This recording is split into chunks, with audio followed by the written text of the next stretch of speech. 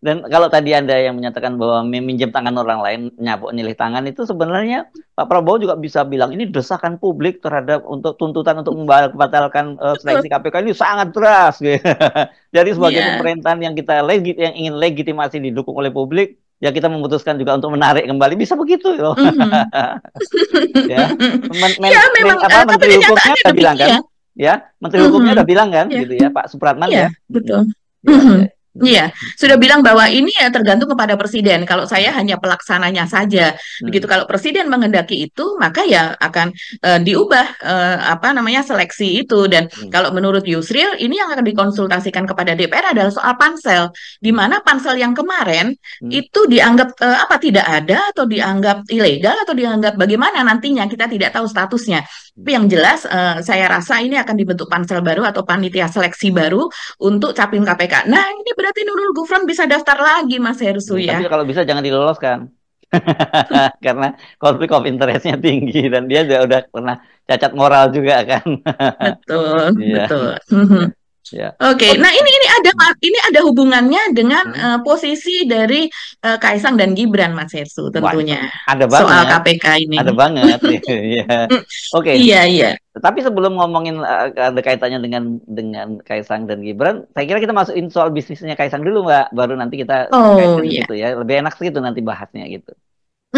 Iya ya betul. Jadi bisnisnya Kaisang ini sebenarnya beritanya sudah dari sejak bulan Agustus yang lalu, Mhm. yaitu mencuat ketika rame-rame jet pribadi Kaisang itu yang dia katakan Hmm. nebeng, Hmm. sementara dugaannya itu adalah sebuah salah satu bentuk gratifikasi begitu Ya, ya, ya, ya. Hmm. dari konglomerasi yang ada di Singapura sana yang beroperasi di Indonesia.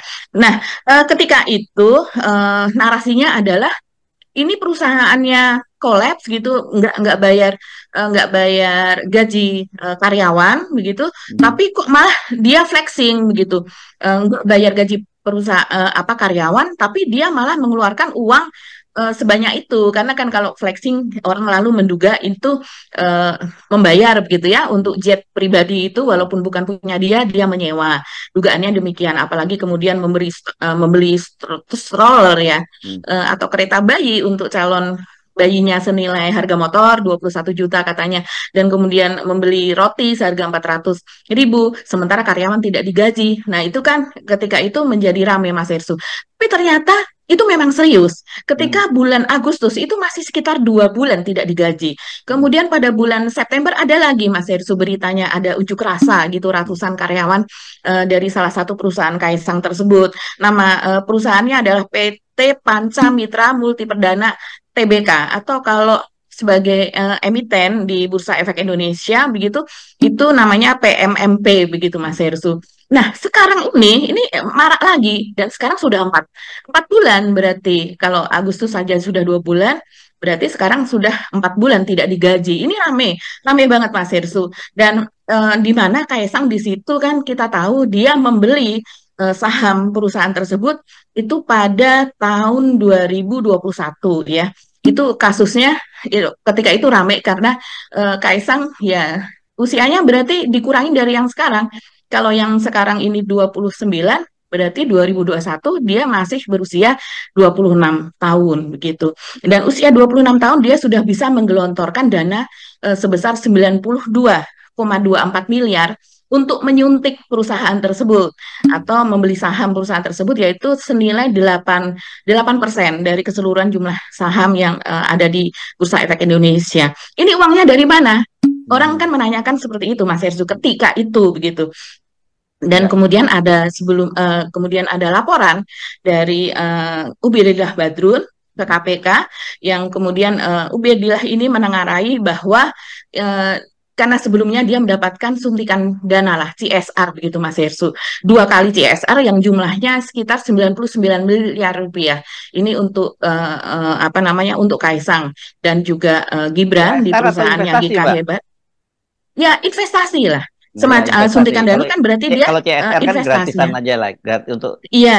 untuk sosial Oh kan ini iya, untuk betul. bisnis ya, bukan CSR Ini untuk biasanya. bisnis, ini Ya, investasi tepatnya ya, bukan investasi ya. CSR. Ya. Untuk investasi. Hmm. Dan ketika itu tidak lama kemudian dia membeli saham perusahaan PMMP tersebut, Mas Hersu. Oh, Maka oke. kemudian alirannya itu diduga ya berasal dari investasi itu kemudian masuk ke sana. Begitu kan ini memang mereka berdua kakak beradik ini kan investasinya banyak sekali di bidang makanan. Iya, jadi Sementara PMMP ini adalah perusahaan makanan beku berbasis udang, begitu. bukan yang Jadi ketika itu pertanyaan cream roll uangnya yang dari mana dibeli gitu. 400.000 itu ya, bukan ya? Yang dibeli bukan Oh, cream roll yang dibeli itu. Itu kan bahkan dari udang juga kalau kan iya itu. ya itu lobster ya. Oh, lobster Iya ya iya kalau itu ya. mirip-mirip juga udang dan Yes, lobster. yes. Ya. Lobster kan udang besar Iya. begitu ya. Itu menarik memang Mhm, kasus yang ini kan yang Anda sebutkan itu yang dilaporkan oleh Ubaidillah Badrun ya. Yang betul. itu 2,5 tahun yang lalu ya, itu dilaporkan Mhm, dan ini ada kaitannya kan dengan Sinarmas kan itu kan dia kan iya. join dia punya perusahaan join dengan anaknya Mhm, eh, petinggi di Sinarmas dan ini memang banyak mhm, sekali konflik of interest kan. Nah, nama yang dimaksud oleh Ubaidillah Badrun itu ada Gandhi Sulistianto yang kemudian oleh betul. Pak Jokowi diangkat jadi duta besar di Korea Selatan kan orang Korea bingung Selatan. ada CEO perusahaan Mhm. swasta tiba-tiba jadi duta besar kan begitu terus kemudian kalau kayak dulu ada orang seperti Rusdi Kirana gitu ya yang juga CEO Mhm, dan iya. pemilik Lion tapi kan dia politisi PKB gitu ya yang jadi dia Iya. kita tahu oh Mhm, mhm, jalurnya nah kalau Gandhi ini jalur apa kan gitu dan kemudian setelah dia mhm, tidak jadi duta besar kan kemudian dia jadi One Team Press anggota One Team Pressnya mhm. Pak Jokowi Iya. dan ini ada anaknya Gandhi yang kemudian bisnis dengan Kaisang dan Gibran yang pada waktu itu eh, eh, ini Ubaidillah Badrun itu mengaitkan dengan adanya denda dari Mahkamah Agung berkaitan pembakaran Betul. hutan yang dilakukan oleh perusahaan Mhm. salah satu anak perusahaan dari Sinarmas. Sinarmas dan waktu itu Mhm. kan ini didenda oleh kehutanan itu sampai 9,5 triliun ya sebenarnya dendanya kalau tidak salah Feli. Tujuh, tujuh Oh, sorry, triliun sorry. Ya, sekitar tujuh sekian. 7,5 triliun. Mhm, Tapi mhm. kemudian oleh Mahkamah Agung diputuskan cuma 7,8 miliar kalau tidak salah seperti itu ya, Mbak ya. Ya, Iya, angkanya. ini saya membuka Hmm. membuka beritanya nih Mas Hersu. Ya, ya, ya. Laporan pada tahun, iya betul. Jadi sudah dituntut oleh Hmm. Kementerian Lingkungan Hidup dengan Hmm. nilai tujuh Oh, koma lingkungan sembilan hidup ya. triliun. Ini Hmm. Hmm. artinya apa nilai dari kerugian dari Hmm. Hmm. kebakaran hutan tersebut karena sangat luas, jadi Hmm. nilainya sangat tinggi. Tapi Hmm. setelah kemudian masuk begitu dan mereka menjadi tersangka dan diproses. Kembangannya Mahkamah Agung itu hanya mengabulkan tuntutan sebesar 78 miliar begitu Mas Hersu. Ya. Jadi Eh. memang jauh sekali Hmm. ya. Hmm. Hmm. Hmm. Ini luar biasa Nah, sekali. kemudian Dari tujuh dana-dana koma itu sembilan mengalir triliun ke gitu 7. ya. Ya. Ya, ya. Betul, ya. Nah, bersamaan dengan itu, kemudian ternyata ketika diputuskan oleh Mahkamah Agung tersebut, Hmm. sebelumnya Hmm. ini ternyata ada kucuran dana dari Hmm. Hmm. anak petinggi Sinarmas Hmm. untuk Kaisang, begitu. Maka Iya. kemudian kan ini ada jaring laba-laba di situ ya, Iya, ada benang merahnya. Apakah iya.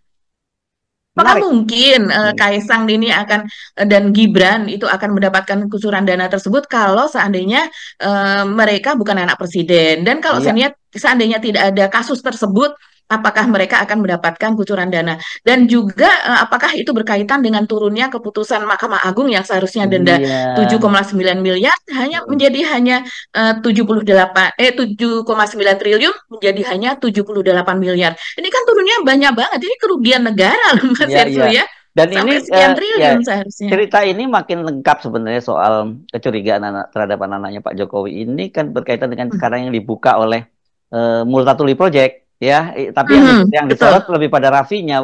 Tapi Raffi ini kan kemudian ada kaitannya juga dengan Ada. putra-putranya Pak Jokowi. Dan kalau kemudian Mahkamah Agung kita curigai hakim yang bisa dimainkan, ya kan banyak hakim Mahkamah Agung yang sudah ditangkap oleh KPK.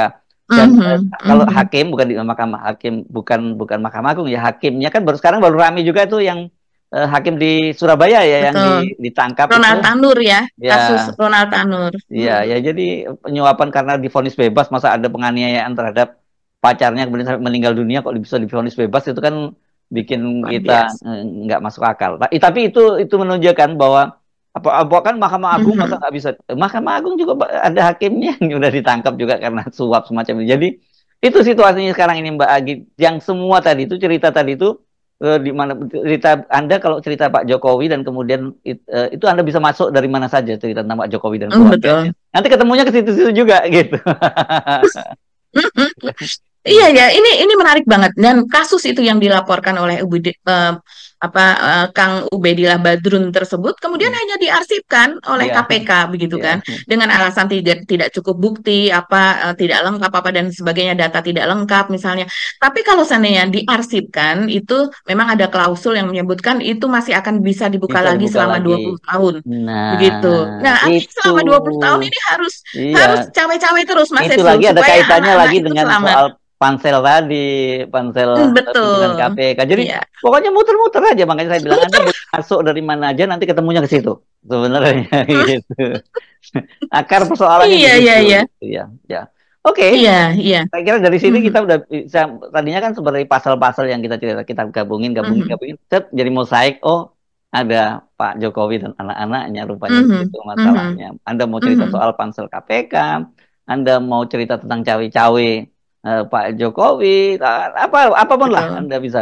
Itu semuanya akhirnya masuknya ke situ semua. Gitu loh, Mbak Agi. Ya. Iya, iya. Jadi tadi perusahaan yang sahamnya dibeli oleh Kaisang yaitu sebesar 92 miliar. Jadi Hmm, dia mendapatkan penyertaan dana tadi hmm, 99 miliar, hampir hmm, 100 miliar ya. Kemudian tidak lama sesudah itu dia membeli saham dari PT PMMP tadi hmm. sebesar 92 miliar begitu.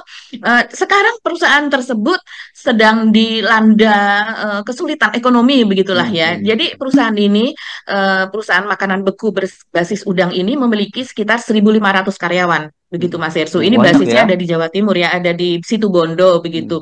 Dan kemudian itu tercatat sejauh ini ada 176 karyawan tetap, 50 staf dan 50 pekerja harian itu yang upahnya selama 4 bulan belum dibayar. Waduh. Nilainya itu sekitar 2 miliar gitu. Hmm. Sebenarnya nih 2 miliar kalau Kecil dibandingkan untuk tadi yang naik puluhan atau miliar itu charter pesawat kecil aja begitu delapan ya. setengah miliar ya Mbak ya. Hmm. Ya, ini Hmm. ya, ya betul. Jadi ya ini, tapi kenapa sebesar 2 miliar saja tidak dibayarkan dan kemudian Hmm. mereka berkali-kali berunjuk rasa? Akhirnya kan Hmm. seperti itu Mas Hersu. Dan ini rame, perusahaan ini apakah, tapi memang sedang dilanda kesulitan ekonomi. Oh Kabarnya iya, ini kan perusahaan ekspor begitu ya. Jadi oh iya. makanan beku tadi kemudian diekspor ke luar negeri, tapi sekarang memang karena sedang terjadi penurunan ekonomi dan Iya. kemudian Hmm. juga ada perang apa dan sebagainya lah dengan alasan Yes. tersebut kemudian maka tersendat ekspornya. Nah, dengan alasan itu maka kemudian keuangan perusahaan itu terganggu dan mereka tidak dapat membayar karyawannya. Tapi ini kan hak dari karyawan gitu Mas Hersu. Yes. Dan pemiliknya ini para apa ya bisa dikatakan mereka yang ekonominya sangat kuat gitu. Kalau Hmm. seandainya mereka memang apa namanya memiliki itikat yang baik, mereka dapat mengeluarkan dulu talangan gitu dari Hmm. uang pribadi apa dan sebagainya Bisa. sembari menunggu bahwa ekonomi akan Ya. membaik kembali begitu kan. Tapi kenyataannya ya sudah berkali-kali dari sejak Agustus, September dan sekarang sampai ke Oktober berkali-kali ada unjuk rasa dan situasinya malah makin memburuk Ya. seperti sekarang ini begitu. Oke, Mbak Agi, saya kira udah lengkap ya, paket lengkap kita cerita. Ya, kali ini kita ketemu lagi insya Allah besok hari Sabtu. Ya, Tetap semangat mhm, ya. ya, Jangan lupa tetap berdoa untuk kebaikan bangsa dan negara ini ya. Kami mohon pamit amin. ya. Assalamualaikum Mhm. warahmatullahi wabarakatuh.